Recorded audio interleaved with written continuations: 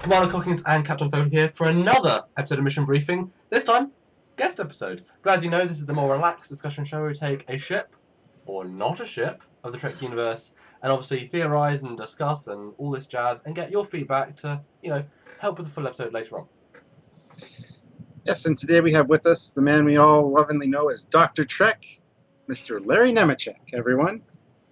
Welcome to the show, Larry. Thank you. This is exciting. This is new. Today, we're going to be talking about the Enterprise D bridge. It's there. Wait, the Enterprise D? Bridge. Yes. Not the Enterprise L, but the Enterprise D. Oh, okay. And as such, our first picture is this is the bridge. We all know it. Classic bridge. And Larry, first of all, talk to us about why we brought you on to talk about the bridge. I mean, why did we do that? Fans didn't know. Why am I here? Yeah. I got to, aside from the fact I got to see first off, this is actually a photo from the Star Trek Experience bridge, if not one of the tour bridges. I'm sure it's the Vegas bridge because it's so well done. Yeah. But it's the bridge, and we could even get into it in a second. But no, thanks for having me on. I guess you could say I wrote the book literally on Next Generation because I did. The main book, the Star Trek Next Generation Companion, which after my own writing was kind of what brought me to Hollywood and brought me to California and brought me to even more projects with Star Trek. But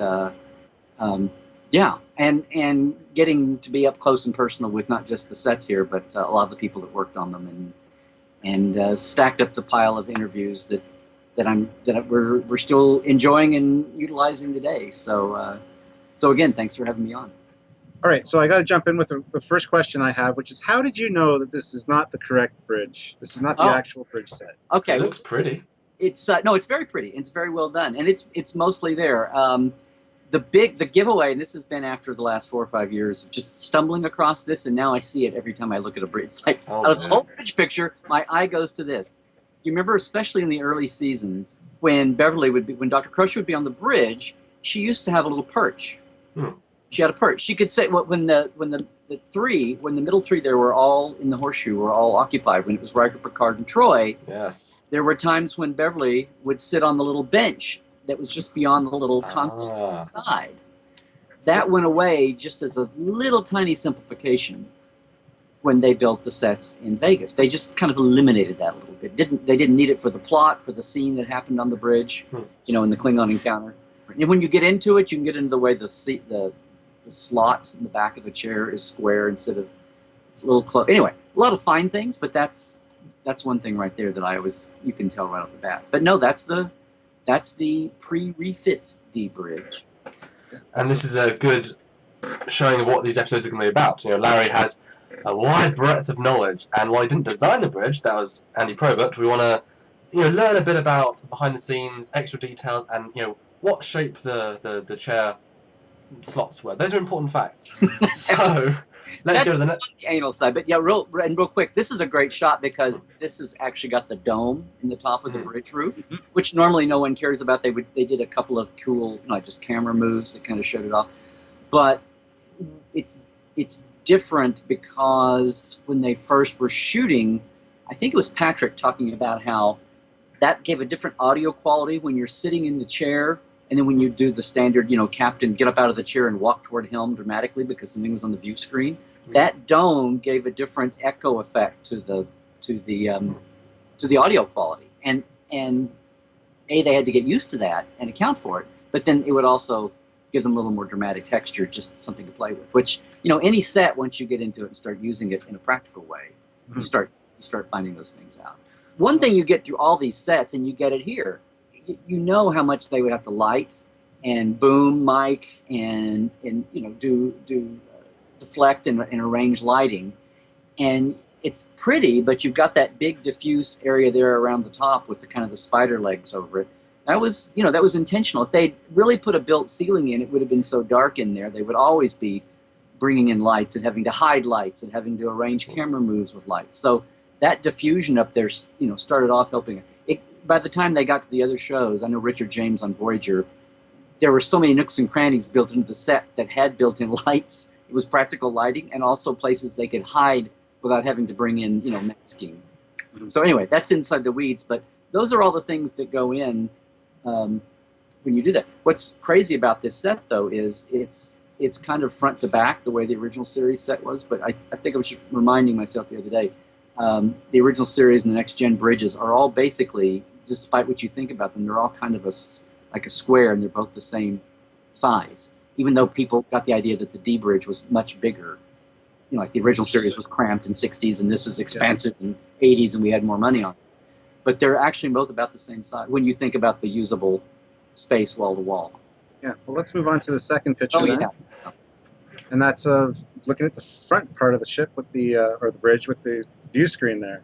Now, Right. when they actually had this is obviously the Vegas one again, right? Mm-hmm. Okay. Now, when they had the actual filming set, how did they handle the view screen? Was it just a blue screen that they put in there, or how does it work exactly? Well, you didn't need a blue screen unless you had a reverse angle showing toward it. You know, the most common thing is just like the series. You have the back of Data and whoever's head, you know, or Picard talking to the screen, depending. Or if they really wanted to do something, which they didn't do very often, come all the way back to the aft stations and shoot forward and have Tasha, or most of the time Worf. If they did that occasionally, some of the early season, but after that's a lot of depth and the camera focal length and all that, and then by the time you're doing that, what you're matting in is going to be so tiny in the screen. Yeah. It's like you've kind of lost the effects. So one of the things that Gene wanted to distinguish Next Generation from the original series, and also to kind of show off the bigger scope and budget they had, supposedly, was to have this floor-to-ceiling view screen, front viewer, much bigger than the original series. And they would do camera angles where Picard is talking to someone on the view screen and emphasizing how huge the screen was compared to, anyone, or Data speaking to the screen or whatever. So it was hard to shoot, and you had to line up specially. Of course, you got an effect, a blue screen, at the time they were still using blue or green. But that's what it's meant to dominate the whole. Now, as a practical thing, the stage basically fell into being thought of as a proscenium theater, where when you're shooting into it, like from the front back toward the horseshoe at the back, the tactical, the view screen was usually open. Sometimes they wouldn't even have the frame. And there's lots of behind-the-scenes photography you'll see where at least there's no backing in the view screen. It's open because they would be shooting from out there. And sometimes they'd be, if it was a close-up in the horseshoe, they'd be rolled way up. But if it was, from Data, if it was con and ops backward, they'd at least be out there. So no, that didn't sit like that as an intact thing all the time. So then the Vegas tour, which I've actually done personally, and they actually do project on the screen, scenes. That, I guess, is a more canon version of the actual bridge, because they didn't ever, on the show, actually have the real image. So you get a better sense of it, at least you did on that tour, than you ever did on the show. Well, yeah, see, that was we can talk about that, but that was the interesting dynamic when you took something that was built, it was built to be real as a storytelling device, a set, but it had to be worked in, it had to be shot in, it had to have room for actors and cameras and lighting gear and all that, had to be with that in mind, or else they quickly figured out the little problems and how to get around them. And, next time we do a set, or whenever we do another type of set, don't do this. And I got to admit, this view I really like, because we never really see this in the show, coming out of the conference room area kind of thing. I really like seeing this unique perspective. Well, it's because, like I said, it's because if you're going to shoot this angle, you've got to have something on the screen. You can't just have it bare black. Or gray light, because the implication is, even when they say viewer on, the implication is that it's got a standard view going, which means you're matting it in. And obviously, if you're on this angle, you're probably not. I want to say in the battle, maybe you like an angle like this with the Ferengi Marauder button on screen. But that wasn't a lot of detail, and you basically got it. But most of the time, why would you want to blow your wad matting in something when it was at the back of the frame? Well, then on to the next ship, next photo, which is definitely the design. This is Astra Scientifica, but this is a real in-universe shot of the whole thing. There's not as much as you think, really, of the bridge, in this perspective anyway. Doesn't feel as huge, feels very compressed. It's very simplistic, and I think that is Next Generation. It's kind of a simplified, right? What's it called? What's it described as? The Hilton Lounge, I think. Matt Jeffries said somebody turned it into the Hilton Lounge, and he kind of tuned out after that. Well, So- but see, again, this is way more complex. You know, if you've seen like Andy's, I hope he talked about this. The original idea that he was fulfilling that Gene wanted was the 24th century. We didn't have to be hunched over buttons and consoles and flipping switches. So there's 2 or 3 things going on there. One is that's going to show the future, even the future past Kirk's time. But at the same time, even Kirk's time, because the movies, you know, lasted into the 80s, and now we're bending our time streams here. But you know, Voyage Home, when they came back to the A, that was the first time that Mike Okuda worked on a Star Trek. He just did graphics on the movie bridge, which we only saw at the end, right? It was the molds, the original bridge sections repainted bright white almost, with the first time Okudagram type consoles. And the helm, I think, still had a texture, but you go back to the motion picture, everything was still textured and studded, and it was still three-dimensional interfaces with switches and buttons, and there's even a manual of how the practicals were supposed to work. There's a lot of flat screen stuff, but there's also a lot of, you know, dedicated button pushing and all that. And then when you got away from the ship and it crashes in 3 and you come back to 4, that was the first time Mike experimented with that. You know, now it's just touch interface. But in the 80s, that was still, ooh, look, there's no bumps, there's no buttons. So it looks elegant and sleek and, you know, high tech and future. And it's also damn cheap to do, because all you're doing is shooting film and slapping it down. And, oh, you can come up with the whole, you know, touch sensor, like the tech manual has the layers of sensors underneath and how you reprogram. But in a practical TV thing, it was very easy on the bridge or anywhere else in any modern ship to just slap up, you know, Okudagram graphics, and you had different styles of the cultures. All right, so next picture we've got, well, obviously the tactical station at the back of the horseshoe there, and then the helm and navigation consoles as well. Yeah, and now you're really on the sets. You can tell the photography looks late 80s, early 80s, but yeah. But it's interesting. Do you think this style, you say, you know, flat screens, very sleek, very simple, do you think this still feels futuristic, or at least keeps up to date with modern standards? Well, it's a lot. I mean, it does, but it's a lot like watching, you know, the first flip phones catch up with communicators, you know, 60s Kirk communicators. And I don't know, as, you know, the next 10, 15 years, we're going to have kids who grew up with tablets and iPhones and touch interfaces, you know, just go, well, yeah, when they see this, and not get, you know, sorry guys, that's our generational change once again. You know, it's like they'll say, well, yeah. Now, what's interesting though is, since we've got the horseshoe here too, is Gene really wanted it not to be the whole thing that's not stated, and people ridicule him about having families and all that. But I mean, conceptually and carried through in the visual, is that he had this thing called technology unchained, and you know, the thing of having your families with you and having the space to move around, having all this room and the Hyatt Regency in space and the carpet up the walls. People made fun of that later on, but that was, and we say that in the companion and, you know, anything else if I'm on a soapbox, that was an intentional choice to show even what had evolved past the Kirk century. And even to the point of, look, the horseshoe is wood grain. You know, they weren't afraid to have warm, and of course the different series after that ping pong away from that, you know, pendulum swing. But you know, that's the thing, is that, and not just a piece of wood, but a huge hunk of wood back there dominating the picture. The next gen bridge started one way.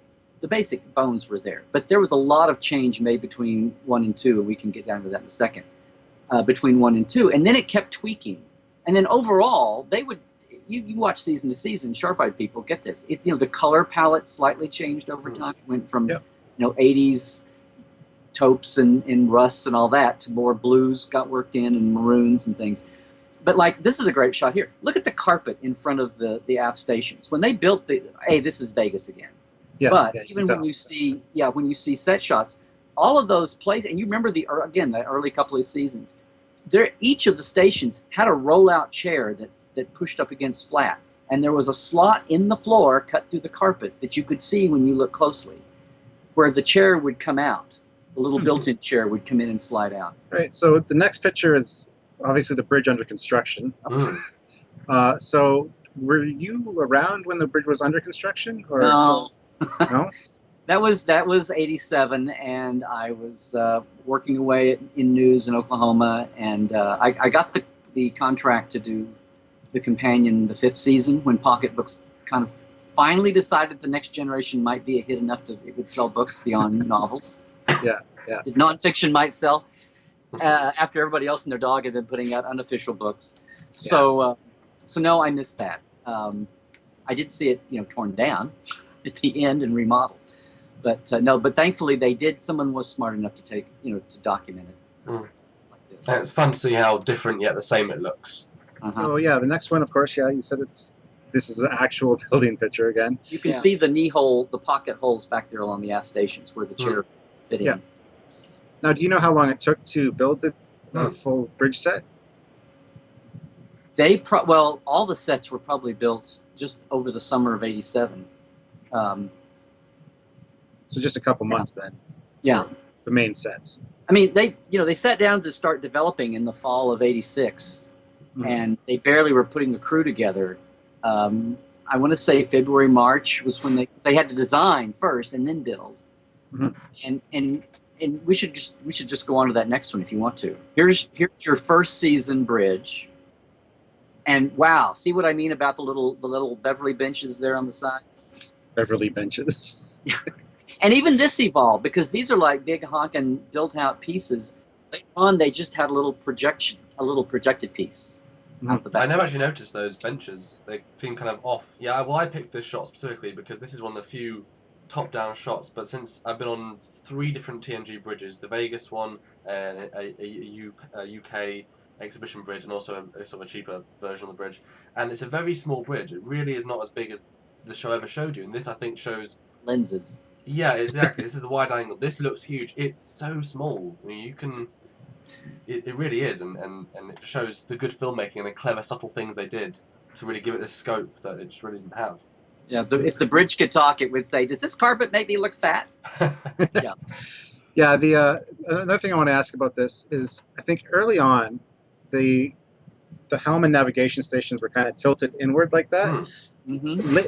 Afterwards, weren't they kind of moved forward a bit and straightened? They were moved forward. They were straightened, and they were actually in the pilot. If you watch, they're flipped. Really? Wow, interesting. But yeah, you were talking about the animation on the aft stations. There may have been early. I know by the end of the run they had a port to put an actual screen in, but 1982 or 92, 94, you were still having rounded edge. There still were no flat screen TVs, right? And if they were, they're like experimental computer type things. So there was still not a video screen to put up there. So they would have to mask like where the tubes rounded back. They didn't. They weren't so rounded. It wasn't like a '50s TV, but they were still rounded, and they would have a portal that was small. Whenever they would do that on an Alien set or whatever, they would have the window for it cut smaller than the length, so you wouldn't see the drop off of the tube at the end. But the famous one is the polar motion that Mike came up with, where there was you would have like a beam, and then it would have the moire kind of in color with particles, and there would be some motion back there. But most of the time, if it was Data sitting down to watch something, it would be a little animated, because they didn't even have they were using Adobe Premiere to do second and third. He was so proud. The first time I got to visit, they had just done the first Borg show. They'd just done Q-Who, and they had the original Borg alcove bits that there weren't the arcing, science store gizmo, but it was actually a little animation of organic globbing stuff coming down. And they had done that in Adobe Premiere, but before that, the animation was, the stills, the clinking through the computer pages, right? Yeah. And it was literally animation flats that they put up and shot like it was animation, instead of being like a big motion. Things would like flip. So what you're saying is it would be a lot easier to film Next Generation now with iPads and stuff. Like this up here. Yeah. It would be a lot easier to film 3/4 of anything in the archives of Hollywood today. Right? Yeah. All right, so let's move along to the next picture. This is obviously Vegas again. Now, everybody that hears this, immediately their eye goes for the Beverly benches. Exactly. Yeah. Now I know that those side panels on the original set, Andrew intended those to be like drawers for tools and things like that. Were they actually drawers in the real bridge set? Well, Andy says that's what it was. Yeah, we never saw them. Maybe once those got opened up for interior innards. And I know they're all detailed. Mike and Rick came up with that Starfleet circuitry, like those Mm. angled things you saw in with the nanites, that kind of thing when they got into the guts of the computer core. But I don't think we ever got into. I was just wondering if Maybe the set actually had physical drawers that came out. They weren't built that way. No, nothing ever got built. They did drawers for some of the aft stations, but those side ones, I don't think so. Okay. Cool. And one more thing about the bridge that Andrew mentioned that he was upset they didn't use was the replicator. So there was a replicator on the right-hand side, was there not? Right, a little replicator. small. Yeah. Which you see better on the E bridge. Yes, the next picture is the D bridge refit, as we see in Generations, which adds the 2 steps to the horseshoe front bit, and also those panels and control panels either side. Did you manage to see this bridge, and what do you think of the refit, Larry? Well, I did see this. So this was '94, and we saw the sets. I had been out twice, and especially that year, I spent 2 months working on the end of the second edition, the red cover of the companion, because they were heading into Generations and wrapping up the series and the finale and everything. And it was so insane just as a stage in a workplace, because they gave everybody on Next Generation had 2 weeks off between the end of filming All Good Things and going to Generations. And meanwhile, they were shooting the Shatner Enterprise B stuff. They'd started that in March, and they were shooting on those stages. So it was crazy. And of course, they had to cinematize the TV stages because they were made for TV, and things got new coats of paint, and they tried to texture things, and wherever they could to increase the scope for a wide screen. They did, and set wise, the bridge, the ramps, they came up with that side, more console manned, where it was felt more like the original series with the manned along the edges, and that split ramp. See where part of the ramp got dedicated into a flat area for the seats to be sitting on, and of course it got a darker. They lit it darker. Now, overall, I like the new look. I like this new look. Do you like it better than the standard bridge, or what are your thoughts on that? Well, it seemed like half the shots from the D from Generations, there's like that yellow light. It's stars supposedly, shining through all the conference lounge windows and the ready room windows, and wherever they are, it's kind of like dominating. It just, in context of what we'd seen for 7 years, it just always struck me as, it's the let's slather on a layer of for the theater size screen, If we'd seen that from the beginning, maybe, but the fact that it's dark, so it's more dramatic and contrasty because it's a big screen, they did what they needed to do to have it work on a big screen. But as far as canon and continuity in Star Trek,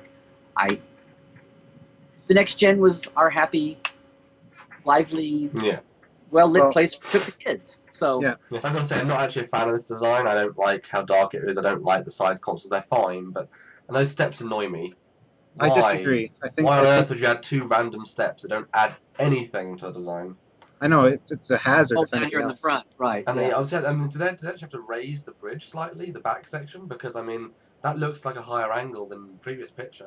It's the trio there have been raised up to work with those. But they had played with they played with it in yesterday's Enterprise when it was an alternate dimension. Anytime they had the alternate dimension shows, was Future Imperfect, they would play with that.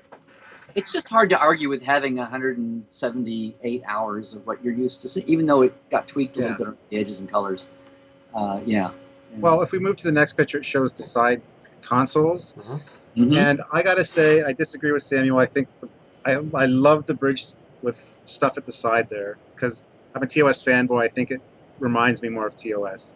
So I think it's a great improvement to the bridge, and I wish I would have been able to do it. I just think though, if a Galaxy class design for exploration lasts 7 years, and then they don't need these extra stations. That's a hell of a lot of 6 new stations, which is compared to the previous 5. You're over doubling the number of stations.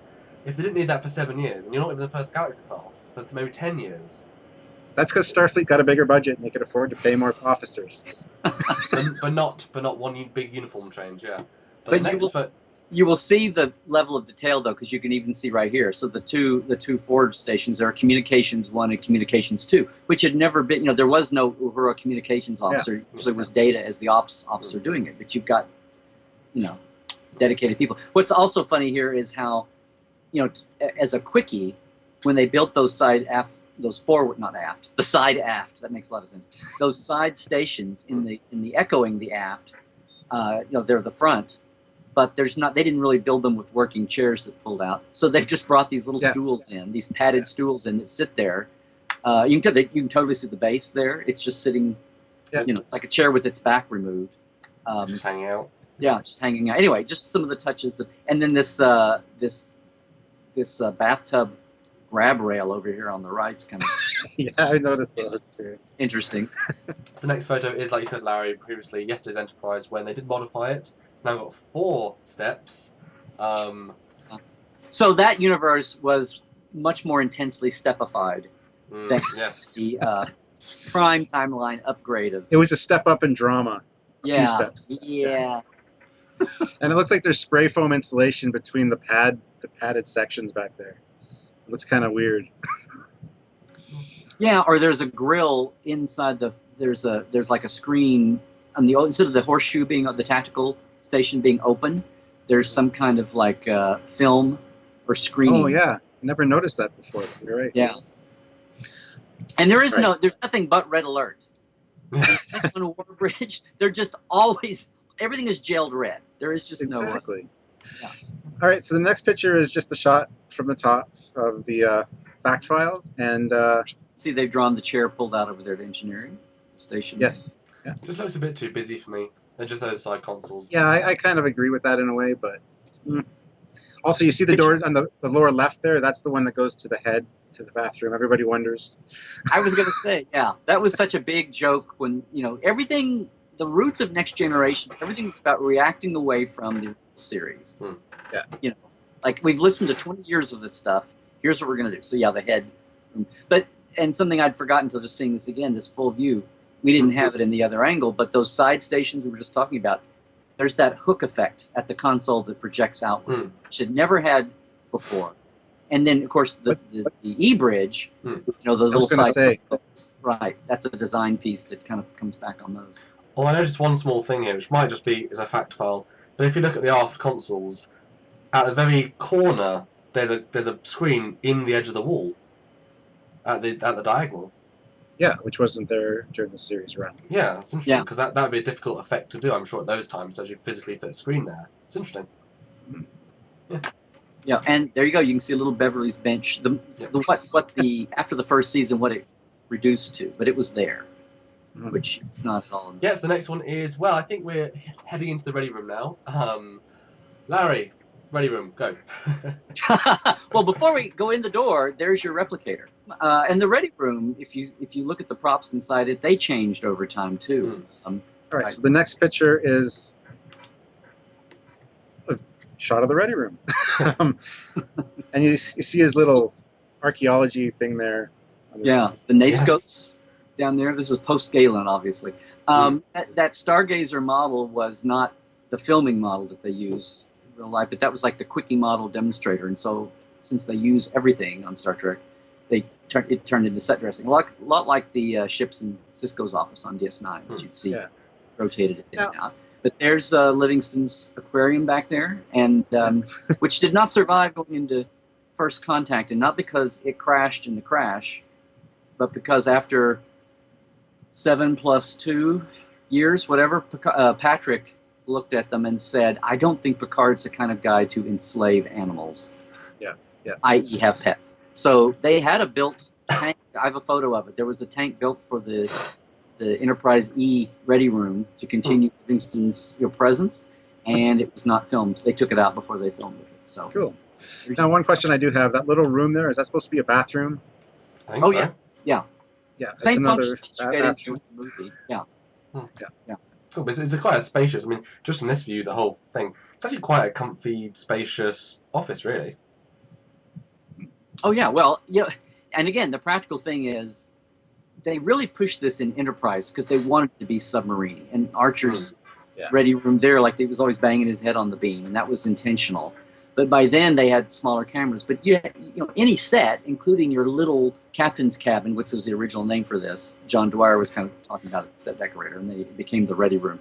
But you still had to roll a camera around in there. You know, an 80s, 90s era camera, and maybe put dolly track down and get, you know, lighting and everything in there. So it had to be a certain, you know, amount of room, just as a practical filming spot.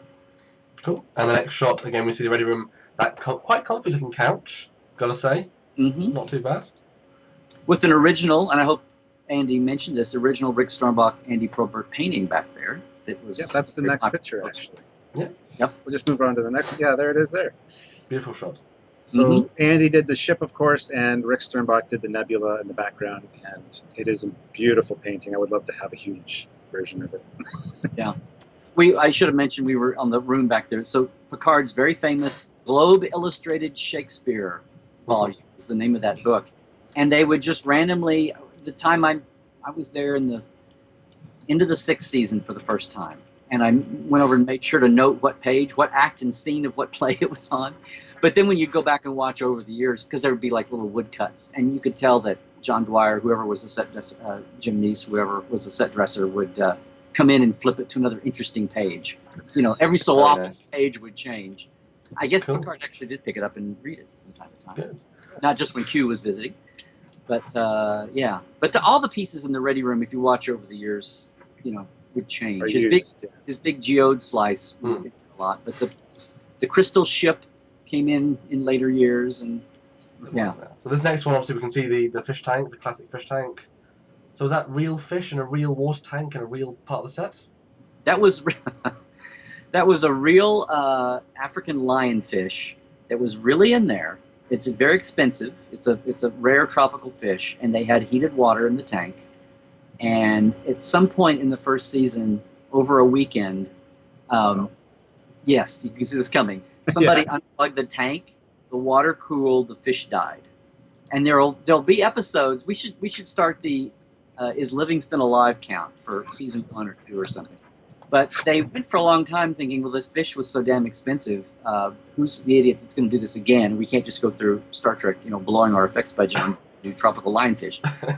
But they did bring it back. But it's funny to watch the shows where, you know, in the early shows, the camera couldn't help it. Hey, it's there. Let's use that. You know, the directors would want to show that, or do something wacky with the lens of the water and the curved bowl.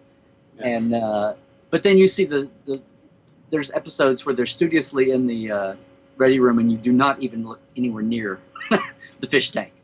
So it did come back later on, and they did get their act together where they had a permanent, you know, nobody could just unplug it and kill the fish. Sure. But like we said, eventually Livingston, if you want to say Livingston died in the crash, I don't forget the angle, we'll see. But whatever happened, he did not get resurrected. Picard did not insist on a fish tank. There was no Livingston A. No. Or Livingston, if they were cloning. I think, and this shows something that was used once, I believe, and never seen again, which was really kind of a neat thing that I think the next generation would have had as kind of holograms. So I know why this was never used again. It's probably an expensive effect to do. So, but is any speculation on why this was never really used in universe? Yeah, it was very. I mean, when they started Next Generation, Rob Legato was the visual effects person, and Ron Moore and Gary Hutzel worked under him, and they were very naive about it. And Bob Justman, who came over from the original series and was in Gene's original old guard that started Next Generation still. They were all about proving that the first series was not a fluke, it was not a glorious failure, that Star Trek was great, and all this in-between time of fandom in the movies was not, there was something really to it, and that it would work as something besides just movies, that they could crank it out on a weekly basis again and have it make money and do it responsibly as a production. And Bob, the way they did in the 60s, was the famous library of stock shots. You know, everything from the Enterprise flybys to Chekhov or Sulu turning around, in front of the view screen, and they could reuse all that. And that was Bob's attitude. You know, post Star Wars, post everything else in the 80s, CG was just this glint in people's eyes. it was just going to make things static. And of course, we talk about like the next gen and the early Star Trek thing of face off. You very rarely had a real space battle. It would be more like the standoff face off. That was easier to shoot. They could do lots of things. Did they have the money, and especially did they have the time to do that kind of thing? So there were so many things they started off wanting to do that were cool, like this. There's also another one the one where Data is studying the Takan Empire. Yeah. Right, from the Last Outpost, and that comes up as a holographic thing that's rotating, which is really cool. And that's what you would hope that 100 years past Kirk, and that you would hope 20 years after the original series as a production, that they'd be doing. But it was expensive, and they did need to pump more money back into just doing their basic output. The library idea wasn't going to work. They had to shoot original stuff. Rob Legato was going crazy when they did Where No Man's Gone Before, when they were hopping universes because of the Traveler.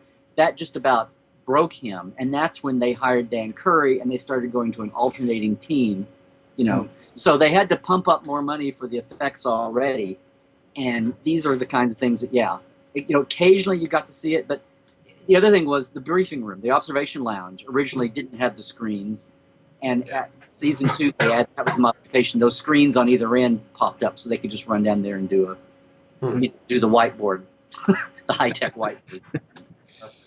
Now, Larry, what's your favourite thing of the TNG bridge, would you say? Behind the scenes or in canon? Wow. I don't know. I think it's the fact that we had a bathroom up there. And that was never, ever shown on camera. Although, here's the funny thing. Very convenient. Okay? Watch Best of Both Worlds, Part 2, when they evacuate to the battle bridge to put their strategy in motion, right? They're going to separate. Mm-hmm. They're going to do an ESS. And there's so many people on the bridge who are ready to hop up, right? They've got this plan all figured out, so everyone's got it all rehearsed, and they hop up to it. Okay, so there's all these people standing in the aft stations area, right? Yeah. So here comes Shelby and a couple of people who go with her over to the battle bridge, and they come down to the battle bridge elevator, and there's 3 or 4 people in the aft area who, when they say, assume the battle bridge, go to separation. There's like 3 or 4 people, crewmen, who all basically run to the bathroom. It's a scary time. You got to do what you got to do. That'll be your fun thing.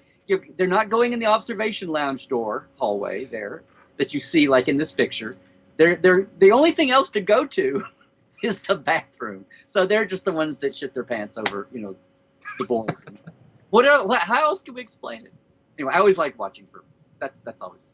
Yeah, absolutely. I think you see Riker come out of the bathroom once in one episode, but well, and I'm sure Andy mentioned it, but we didn't hit it on the head that Gene originally just basically wanted a big sofa pit group, without controls and buttons at all, and people were like, throw pillows. We have to give them stuff to sitting around pontificating as citizen explorers who happen to have military braid kind of a thing, and they're like, no, we really need to have some buttons for people to push. It's not the Fesarius from the Corbinite maneuver where you can just lounge around, right? Right. But there was a Tranya dispenser. Ah, good. Yes. And on that note, thank you very much, Larry, for joining us for this fascinating look at the behind the scenes of the TNG bridge and Generations bridge, and yesterday's Enterprise bridge. Well, thank you. All the bridges. Yes, all the bridges from Yes. here to Vegas. Well, thanks for joining us, and we hope to have you back very soon for a few more episodes. So, thanks, Cool. guys. It's fun. So just like and subscribe and all that jazz, and we will see you next time for another amazing episode. So until then, bye guys. bye everybody.